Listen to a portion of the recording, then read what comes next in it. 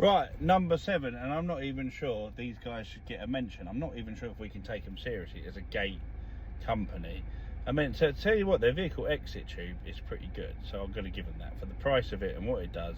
The basic bit kit, their vehicle exit tube is pretty good, and it's managed to give some of my clients some cheap fixes, so I'm going to give them that. But Toppings, it's an Amazon shonky bit of kit that comes with Amazon, and even if it was good stuff, which it's not, because it's so Amazon available and so easily found and bought, idiots buy it like real cheapskates, and then they try to fit it themselves.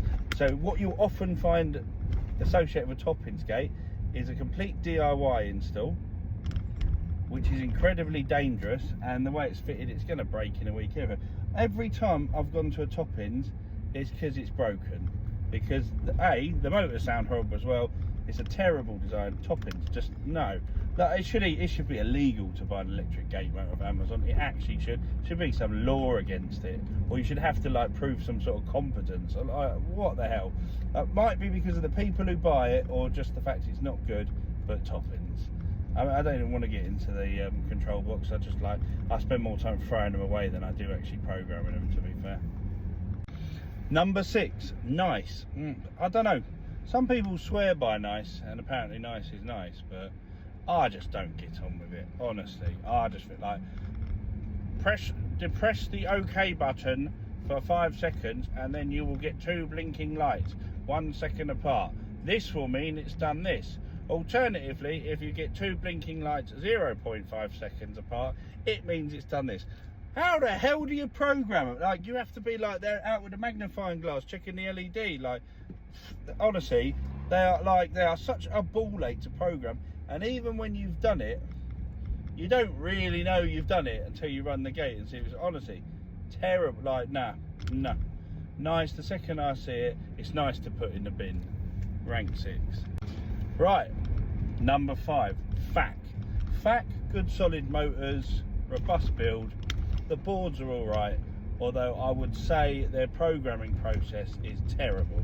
You hold the button, you read what it was, and then you go to a yes, no, or an option. Really hard to do. It can take ages to program because, you know, when you're in a rush, you scroll through, you can't go back, you have to go straight back through the list. And the main reason I put them so low is not only because I encounter a lot of ones that have just gone wrong, but the tech support's terrible. Honestly, they're fucking arseholes. FAC are so up their own arse. Their market shares continue to shrink, and I generally think it's just due to their awful customer support. And me and my supplier just spend all our time arguing with them every time I have the unfortunate position that I have to use them when replacing something. FAC. Ugh. Number 4, DEA. Support department, fantastic individuals, very helpful, but they'll be the first to tell you that their boards are really over-engineered, really overcomplicated. Why does one board have like 10 different manuals, and then you can't get that manual, and then there's the secret manual that goes like, I appreciate it's to keep people like me in business by making it impossible for almost anyone to use, but there comes a point. I will say, like, they probably don't deserve this position, but this is my perfect opinion. They're very good, robust equipment, and they're very cross-compatible, but just my experience, a little over-engineered. You've got like 2 million options, and they're just F1, F2. Like, you really need to get to know your shit with it. And the problem is, I don't do them enough. So I do one, and I become a DEA expert, and then next week I'm like, the fuck does that do again? So, more personal opinion, like, hate if you want to hate, but DEA, I'm putting them in 4. 3, Beninka.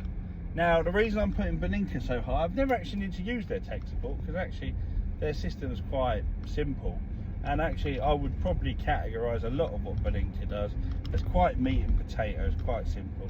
And I'll tell you what, I've never seen an arm take more shit and last longer than a Beninka bob. Those things are unstoppable. Honestly, they're like the Toyota Hilux of the electric gate world. They just do not quit.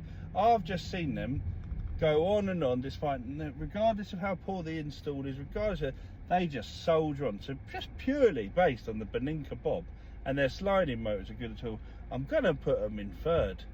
because well done, Beninka. Like, that, it's a strong, solid motor. That said, not as many options, and they're definitely lagging behind in the innovation and the safety stuff. Like, so third, I'm afraid. Right, number 2, Came.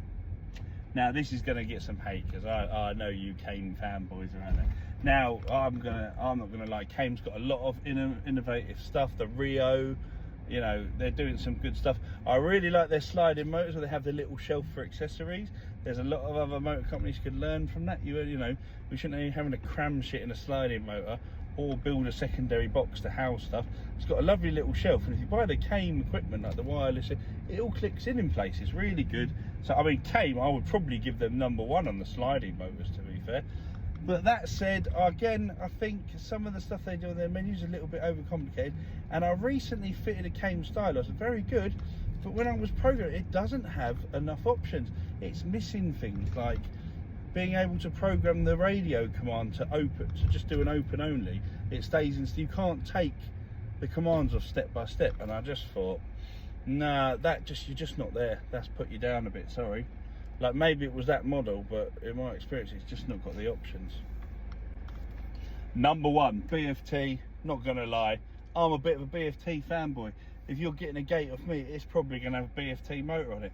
Not just as the Guino, a classic and very well priced and an absolute beast, but the Phobos, my personal favourite, has just released the Phobos for Los, and I'm sorry, there is nothing in the worm gear market like the Phobos Veloce. What an absolute beast of a motor. Super cheap, super reliable, super quick, 3 years warranty. You ain't beating the Phobos Veloce. Let's get to the menu options. The amount of customization, the channel commands for the remotes, the amount of stuff you can do, the channel commands for the triggers. I mean, you now get, and this is where they really dicked all over the competition, there's just one control board for BFT now. It's just the Thalia BT A80. We don't have 6 different control boards and like 100 different modes. You can do almost the entire BFT range on the BT A80. You can't beat that. That is just genius. One control board to rule them all.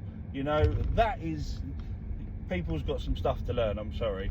Like, that's where it's at. Like, the innovation there, the customization, the additional, I mean, they're the first one to just go as standard. Here, have a fuck ton of extra safety triggers. You can wire safety strips directly into the system. I know you can do that with Came, and I have given Came some props, but you're just not beating them at the moment. They're way ahead of the curve. Their stuff is so robust, and BFT customer service, I've only really had to use them once because their stuff is so well done and I just understand their errors, but when you do ring them, it's just a joy. Unlike FAC, not going to mention again, but FAC can go suck a dick. Their customer service, ugh, they're fucking horrible.